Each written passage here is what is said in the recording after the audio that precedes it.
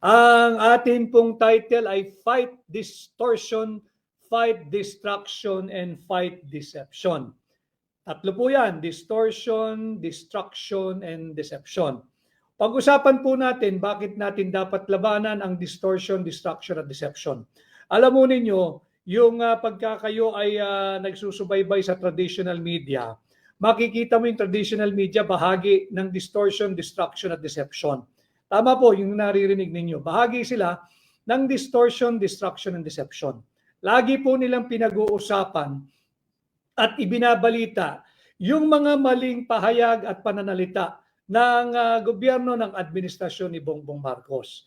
Pero hindi po nila ibinabalita yung karumal-dumal na illegal, immoral, unlawful, unconstitutional at criminal 2025 budget. Hindi po nila binabalita yung higit na talamak na korupsyon sa ilalim ng Marcos administration. Hindi po nila binibigyan ng pansin at diin yung 60 billion pesos na PhilHealth Fund na kinuha ng Marcos administration. Ganon din ho, at marami na po tayong nakakausap na malalaking business organization. Sila'y nababahala dahil hanggang sa ngayon, wala pong paliwanag doon sa tinatawag na 117 billion pesos na pondo naman ng Philippine Deposit Insurance Corporation. At hindi rin nabibigyang pansin at hindi binibigyan daan yung 6.352 trillion pesos budget natin ngayon 2025. Tahimik po ang pamahalaan ni Bongbong Marcos at marami pong nagsasabi ay malaking bahagi po ng budget ng pera for this year's 2025 budget na kini-question po natin sa Korte Suprema ay nailabas na ng mga line agencies. Ito po'y nakakabahala sapagkat baka mamaya ay mag-issue nga ng temporary restraining order ng injunction at ideklarang unconstitutional itong 2025 budget na ilabas naman lahat ng pera ng gobyerno. Yung lagi po nating sinasabi, kasabihang Pilipino, aanhin pa ang damo kung patay na ang kabayo. Kaya sana ay mapansin ng Korte Suprema yung tinatawag nating urgency ng aksyong ito na amin pong i-file sa Korte Suprema. Yung petition for certiorari and prohibition na agaran sana nilang dinggin at kung maaari ay mag-issue ng TRO. Huwag na nating antayin na mailabas pa yung pera, kundi baliwala yung TRO eh. Ito po yung nagiging estilo ngayon pati sa pangangampanya.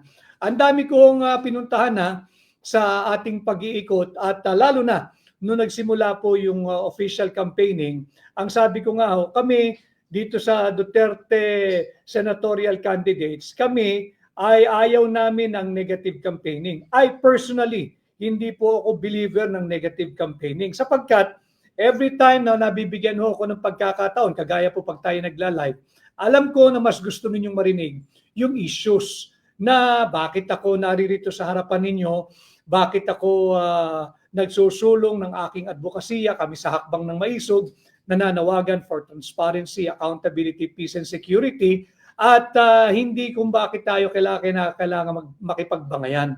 Kinakailangan sabihin natin, bakit ninyo ako dapat pahiramin ng inyong sagradong mandato? At kung ako'y nararapat na pahiramin ng inyong sagradong mandato, bakit ninyo ako dapat ikampanya? Ito ang layunin ng isang kampanya pagka may eleksyon. Hindi yung inaatake tayo ng ating mga katunggali, unprovoked, uncalled for, bigla na lang tayong inaatake at kung ano-anong sinasabi. Alam mo ninyo, bago tayo umatake, bago nyo atakihin ang Duterte senatorial candidates, kailangan siguro balikan natin ano ba yung issues ng gobyernong ito. Unang-una, yung higit na talamak na korupsyon.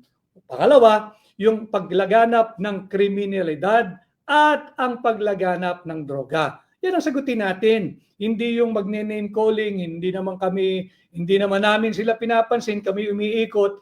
Tangan-tangan yung mga mensahe namin, yung plataforma namin, kung anong nais namin gawin, at kung bakit dapat ninyo ako, personally, I will only speak for myself, dapat ninyong pahiramin sana ng inyong sagradong mandato. Subalit, sabi ko nga, huwag tayong pumayag i-gaslight ng administrasyon ni Bongbong Marcos. Yung they will change the narrative.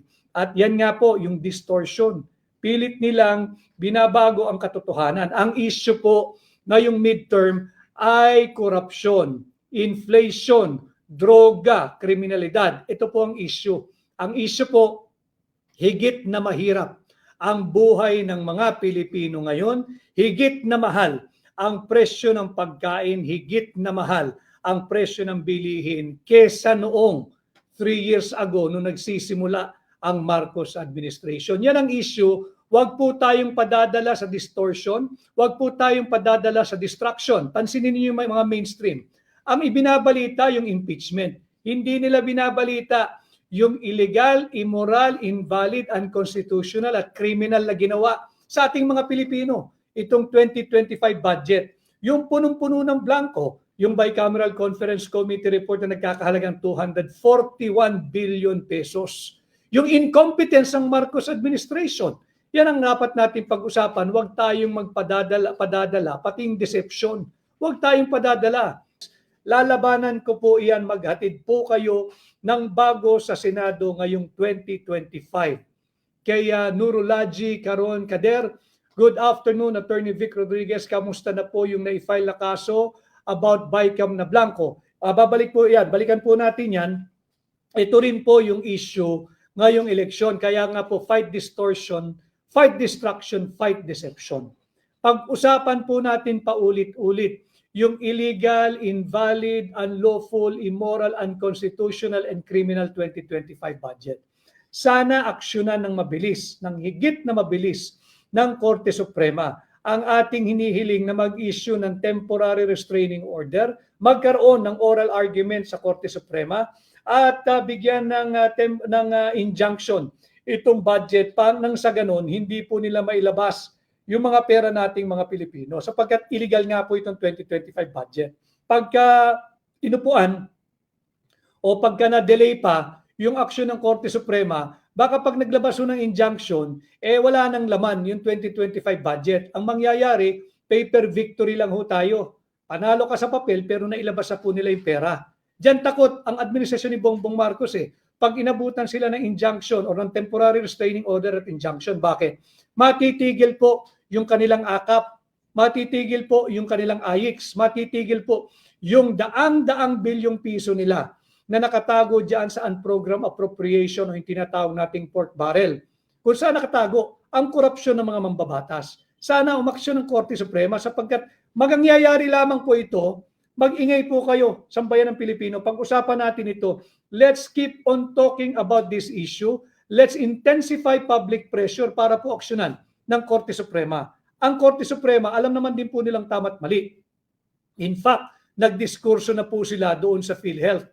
At meron nga pong napag-usapan dyan sa Korte Suprema nung nagkaroon ng oral argument. May nagsabi na po na isang mahistrado na sinasabi niya na hindi po totoo na maraming pera ang PhilHealth. In fact, inilabas doon na bangkarote ang PhilHealth. Bangkarote na ang PhilHealth. Sabi ng maestrado, base sa COA reports, marami po talaga, bangkarote ang PhilHealth. Binigyan pa po ng zero budget ni Bongbong Marcos ngayong 2025.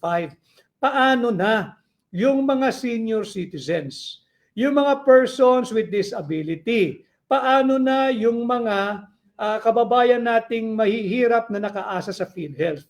Zero budget po this year at sinabi po ng isang hukom na bangkarote po ang PhilHealth. Ito po yung mga usapin na pilit inilulubog ng Marcos administration dahil wala po silang tugon dito.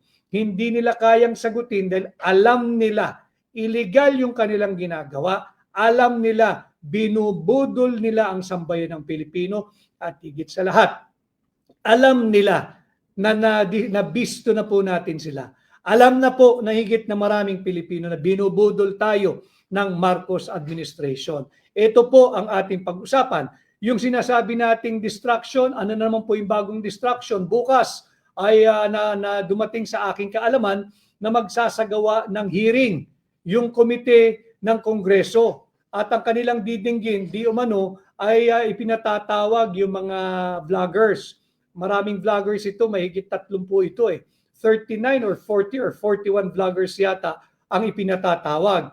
At alam mo ninyo, bukas po ang ating prosecutor's office. Bukas po yung ating mga korte. Kung sa tingin niyo man na siya ay naagrabyado dahil sa isang vlog o public discourse ng sinumang vlogger. Yung vlogger hindi lang vlogger ito ito po ay miyembro ng tinatawag nating new media. Yung ating mga kasama sa social media na may vlog po sila, may kanya-kanyang platform or channel. Alam mo ninyo, kung sa tingin ninyo kayo nasaktan o naagrabyado ng mga miyembro ng new media, bukas po ang mga remedyo sa ilalim ng Revised Penal Code at ng ating special law. Sampahan ninyo ng libel, sampahan ninyo ng cyber libel, sampahan ninyo ng damages or danyos. Subalit, malinaw po sa napakaraming desisyon ng Korte Suprema. Ang mga public officials ay hindi po nararapat na balat sibuyas.